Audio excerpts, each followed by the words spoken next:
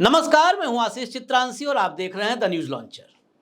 पहलगाम और उसके बाद देश भर में हिंदू मुसलमान, हालांकि काफी हद तक ये कोशिश नाकाम हो गई, लेकिन भाजपा के अदृश्य साथी बहुत सारे हैं और तमाम कथित हिंदूवादी संगठन और उनके साथ गोदी मीडिया जो खुद को कहती है मेन स्ट्रीम मीडिया, इन सब ने पूरी कोशिश की वर्टिकल डिवीजन की। वो वर्टिकल डिवीजन जो भारतीय जनता पार्टी के सत्ता को चिरंजीवी बना सकता है, जिस 80-20 की बात योगी आदित्यनाथ करते हैं, लेकिन नाकाम हो गया मिशन। उसके पीछे जब विपक्ष ये कहता रहा कि केंद्र सरकार पाकिस्तान को जो भी जवाब देगा, मुंह तोड़ जवाब देगा या मुंह तोड़ देगा, हम साथ रहेंगे, लेकिन भारतीय जनता पार्टी के राजनीतिक एजेंडे को विपक्ष भांप रहा था, समझ रहा था, चाहे राहुल गांधी हो चाहे अखिलेश यादव। और भारतीय जनता पार्टी इस साल के अंत में बिहार में इस वर्टिकल डिवीजन का कैसे इस्तेमाल करेगी, बंगाल में उसके बाद कैसे करेगी, उत्तर प्रदेश में कैसे करेगी, इससे अवेयर राहुल गांधी, अखिलेश यादव, ममता बनर्जी सब अवेयर थे। अखिलेश ने देखते ही देखते जब मीडिया से अपोजिशन गायब था, दनादन 2 बैठकें की। इन 2 बैठकों ने 2 मीटिंग सिर्फ की, हालांकि अभी आगे और सारी मीटिंग होनी है। इस 2 मीटिंग ने दिल्ली में मोदी से लेकर लखनऊ में योगी आदित्यनाथ तक और दिल्ली और लखनऊ के बीच झूल रही बहन जी मायावती तक सबकी नींद उड़ा दी। बड़बोले राजभर, ओम प्रकाश राजभर, जिनकी जुबान पर टैक्स लगा दिया जाए तो उत्तर प्रदेश का रेवेन्यू बढ़ जाए, राजभर का कपार ठनक गया, माथा ठनक गया, वो भी आ गए बयानबाजी करने। ये क्यों हुआ? ये पूरा समीकरण और 2 मीटिंग कैसे दिल्ली से लखनऊ तक टेंशन दे दी है, ये दोनों मीटिंग के बारे में इस वीडियो में डिटेल से समझेंगे। उसका असर क्या है, 2027 के चुनाव में कितना बड़ा सेटबैक हो सकता है भाजपा के लिए और भाजपा के कथित चाणक्य के लिए। शाह की सारी रणनीति धरी की धरी रह जाएगी क्या? शुक्रवार को लखनऊ में गोमती के किनारे river front, Gomti river front, जो अखिलेश यादव की महत्वाकांक्षी परियोजना थी, प्रोजेक्ट, योगी आदित्यनाथ ने उस पर भी ग्रहण लगाया। तमाम जांच वगैरह चली रही है, विषय वो अलग है।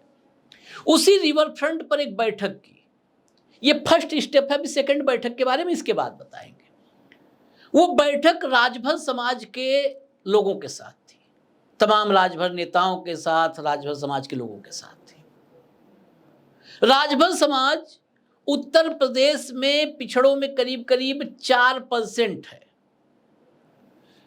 बनारस, जौनपुर, चंदौली, गाजीपुर, बलिया, मऊ, आजमगढ़, देवरिया, इन जिलों में 18 से 20% मतदाता राजभर समाज के हैं। 18 से 20% यानी निर्णायक भूमिका में है।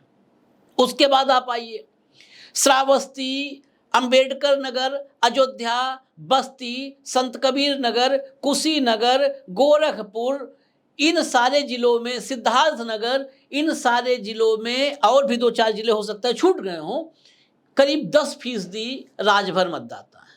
उत्तर प्रदेश की 403 विधानसभा सीटों में करीब 100 ऐसी विधानसभा सीटें हैं जहां पर राजभर बड़ी अहम भूमिका निभाते हैं। राजभर मतदाता करीब 3 दर्जन पर तो डिसाइडिंग फैक्टर है, निर्णायक भूमिका में। इनकी और अगर वक्त इनकी अहमियत समझनी है तो 2022 के विधानसभा में ओम प्रकाश राजभर की सुहेलदेव राजभर पार्टी और अखिलेश यादव की समाजवादी पार्टी के गठबंधन में पूर्वी उत्तर प्रदेश के इन जिलों में कितना बड़ा माइलेज मिला। गाजीपुर में 17 के मुकाबले 22 में समाजवादी पार्टी को 5 सीटों का फायदा हुआ, क्लीन स्वीप कर लिया। बलिया में 4 सीटों का फायदा हुआ, 2 सीट जीती जो है बीजेपी अलायंस, केतकी सिंह और दयाशंकर सिंह, बाकी सब समाजवादी पार्टी गठबंधन के पास। मऊ में 3 सीट का फायदा हुआ। आजमगढ़ की 10 सीटें समाजवादी पार्टी ने जीत ली। ये था समाजवादी पार्टी के साथ राजभर मतदाताओं के जुड़ने का फायदा। ओम प्रकाश राजभर इसी राजभर मतदाताओं की ठेकेदारी के बल पर राजनीतिक बार्गेनिंग करते रहे हैं। बार्गेनिंग ही मैं कहूंगा, हालांकि उसके आगे भी वो बहुत कुछ करते हैं, लेकिन बार्गेनिंग करते रहे हैं। बीजेपी भी इस राजभर वोट बैंक पर बड़ी पैनी नजर रखी। अनिल राजभर को मंत्री बनाया, सकलदीप राजभर राज्यसभा भेजा, हरिनारायण राजभर सांसद रहे। तो ये राजभर नेता पैदा करने की कोशिश करती रही भाजपा भी, लेकिन फिर भी भाजपा के पास आंशिक रूप से हैं। बाय एंड लार्ज देखा जाए तो ओम प्रकाश राजभर के साथ भाजपा के साथ जुड़े। ओम प्रकाश राजभर मंत्री बन गए। अब उस मतदाता पर, उस वोट बैंक पर जो गैर यादव ओबीसी है, बड़ा क्लियर एक लाइन है उत्तर प्रदेश में 27 में वो आएगा जिसके साथ गैर यादव ओबीसी और गैर जाटव दलित भी जुड़ जाएंगे। अखिलेश यादव के पास यादव और मुस्लिम तो है ही हैं, जो ट्रेडिशनल समाजवादी पार्टी, जहां पर जो धब्बा, पुराना वाला धब्बा है, जिसकी वजह से गैर यादव ओबीसी या दलित बड़ा कंफर्ट जोन में नहीं होते, जुड़ नहीं पाते, क्योंकि यादव वर्सेज ऑल का नैरेटिव खड़ा किया गया कि यादव के साथ कंफर्टेबल नहीं है दलित और ओबीसी कंफर्टेबल नहीं है। तो ऐसे में जो पीडीए का एक्सपेरिमेंट 2024 के लोकसभा में सफलतापूर्वक किया अखिलेश यादव ने, बड़ी सफलतापूर्वक किया। उत्तर प्रदेश ही है जिसने 240 पर रोक दिया मोदी को। उसके बाद उसका एक्सटेंशन और ग्रास रूट लेवल पर और डीप पेनिट्रेशन, एक्सटेंशन प्लस और डीप पेनिट्रेशन, ये दोनों 27 में झोला बांध सकता है। अब दिल्ली वाले को झोला तो कब बंधेगा, वो तो 29 तक का वक्त है, उसके पहले तो संघ की जो आजमाइश चल रही है। लेकिन जो बार बार कहते हैं मैं गोरखपुर चला जाऊंगा, मठ चला जाऊंगा, उनकी पैकिंग हो सकती है अगर ये एक्सटेंशन और डीप पेनिट्रेशन हो गया। इसी का पार्ट है ये राजभर समाज के साथ मीटिंग जो अखिलेश यादव की है, और उसमें उन्होंने ऐलान किया कि अगर सरकार आती है तो महाराजा सुहेलदेव, जो राजभर समाज के सर्वोच्च महापुरुष कह लीजिए, उनको तो ईश्वर के रूप में मानते हैं राजभर समाज के लोग, लेकिन उनके सबसे बड़े आइकन हैं महाराजा सुहेलदेव। सिर्फ राजभर समाज के नहीं है, सबके हैं, सर्व समाज के, लेकिन मतलब राजभर समाज महाराजा सुहेलदेव के नाम पर कहीं भी खड़ा होता है। महाराजा सुहेलदेव की प्रतिमा रिवर फ्रंट पर स्थापित करने का वादा कर दिया। अब ये 4% राजभर अगर पूरा न सही, एक हिस्सा भी, आधा भी समाजवादी पार्टी की तरफ आया तो एक बड़ी कामयाबी होगी। इसके अलावा मल्लाह मतदाताओं पर नजर है अखिलेश यादव की। मल्लाह मतदाता संजय निषाद बैठे हुए हैं गठबंधन में। संजय निषाद एक नहीं, लगातार कई बार एक्सपोज हो चुके हैं। संजय निषाद एक स्तर पर नहीं, कई स्तर पर एक्सपोज हो चुके हैं। ओम प्रकाश राजभर और संजय निषाद दोनों, इनका समाज भी बार बार लगातार ये देख रहा है कि इनके लिए सिर्फ अपना हित, अपने बेटों का इस्टेब्लिशमेंट, उनकी तरक्की, राजनीतिक तरक्की, यही मायने रखता है। ओम प्रकाश राजभर भी अपने दोनों बेटों के लिए, अरविंद अरुण के लिए, और ये अपने दोनों बेटों के लिए। सांसद भी वही बने, विधायक भी वही बने, मंत्री भी वही बने, बाकी समाज खाली पीछे जिंदाबाद का नारा दे।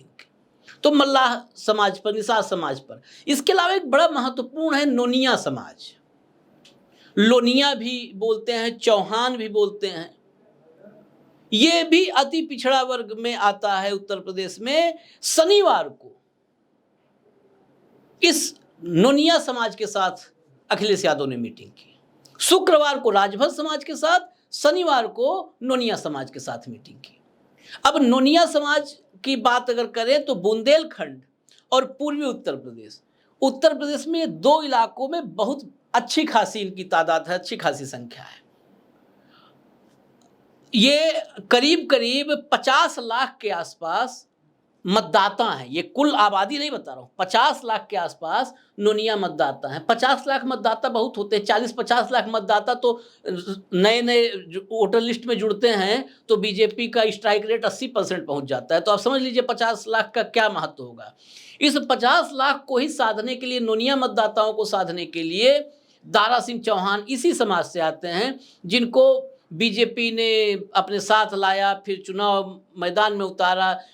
वो हारे अपने क्षेत्र में, अपने क्षेत्र में वो नेता थे, लेकिन हारे क्योंकि उनका बार बार मंत्री पद के लिए यहां से वहां उछल कूद, ये पता चल गया समाज को कि ये समाज के लिए नहीं लड़ रहे हैं, या अपने लिए लड़ रहे हैं। और लड़ तो रहे ही नहीं हैं, वो तो दरवाजों पर खड़े होकर के एंट्री मांग रहे हैं कि आप अपने यहां प्रवेश दीजिए, आप अपने यहां प्रवेश दीजिए, आज यहां कल वहां परसों वहां।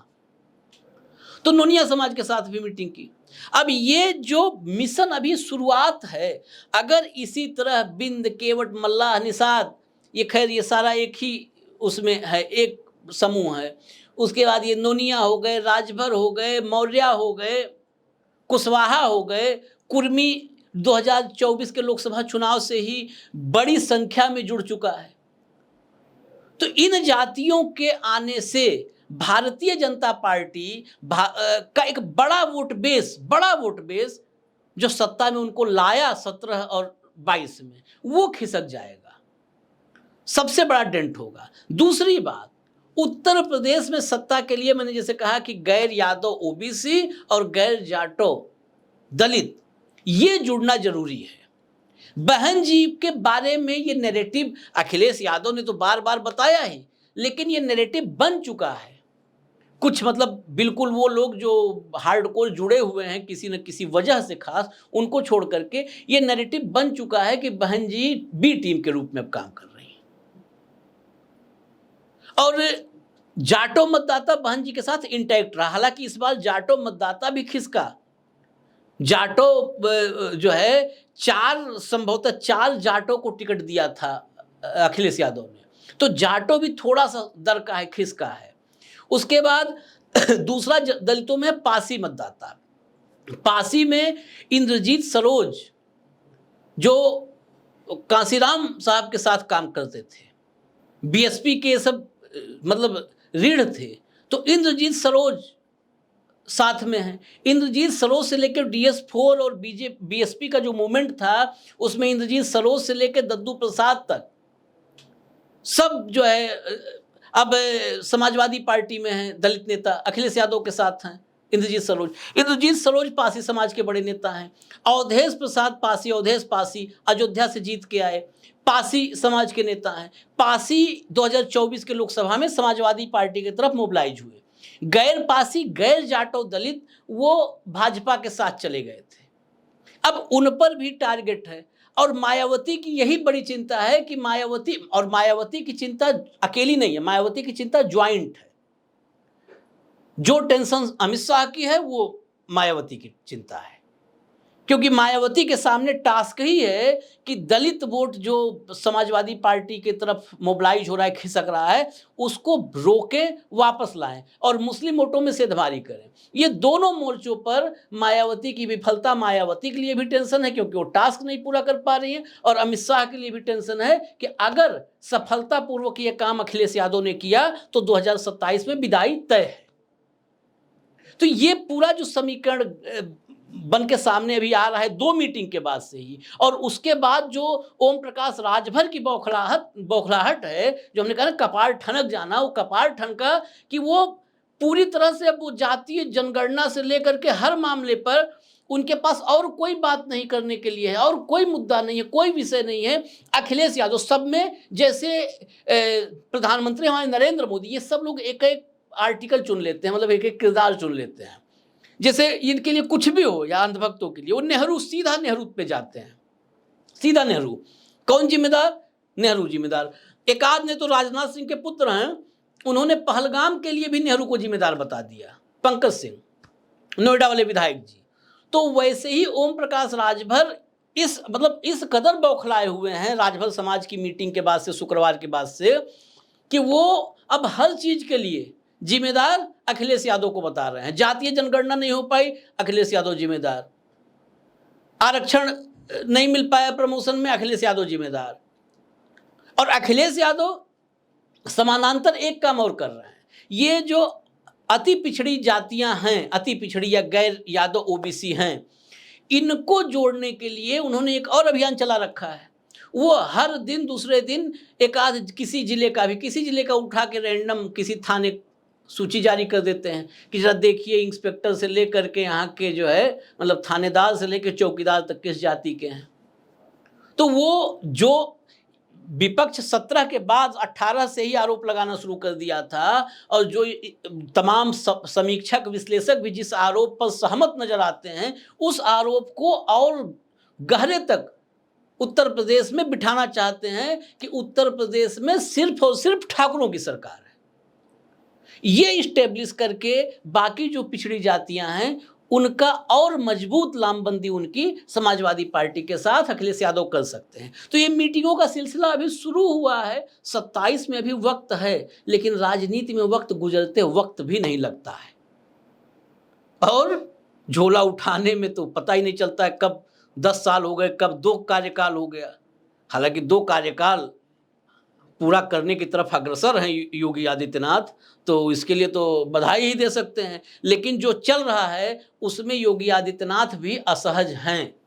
जातीय जनगणना के ऐलान के बाद योगी आदित्यनाथ भी कंफर्ट जोन में नहीं है। वो बटोगे तो कटोगे का नारा और उसके बीच में जातीय जनगणना का ऐलान, दोनों के बीच जो कंट्राडिक्शन है, विरोधाभास है, उस विरोधाभास में कहीं आभास भी ना हो और गहरे उतर जाएं, पता नहीं चलता है।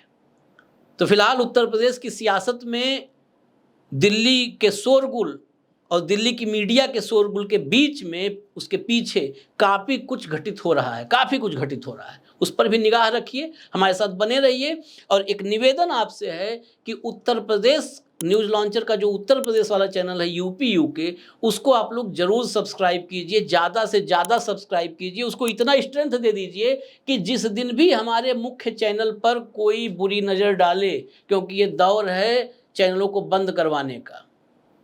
सवाल और सच दोनों नहीं हजम होता है मोदी जी को, सवाल और सच इससे बिल्कुल बदहजमी हो जाती है। तो ये बंद कराने का दौर है। आप लोग उत्तर प्रदेश वाला जो चैनल है जिस पर हमको देख रहे हैं, इस चैनल को ज़्यादा से ज़्यादा सब्सक्राइब कर लीजिए। ये निवेदन है कि कभी भी वहाँ पर कुछ गुस्ताखी करें, कुछ पाप करें, तो यहाँ पे आवाज़ हमारी आप तक पहुँचे, ये प्लेटफॉर्म इतना सशक्त हो जाए। तो इसको ज़्यादा से ज़्यादा आप लोग, निवेदन है आप लोग से कि इसको सब्सक्राइब कर लीजिए, विकल्प तैयार रहे, क्योंकि धमकियाँ रोज़ आ रही हैं, रोज़ चिट्ठियाँ लिखी जा रही, ये सब चल रहा है चैनल बंद करवाने के लिए। इजाज़त दीजिए मुझे, न्यूज़ लॉन्चर आप देखते रहिए।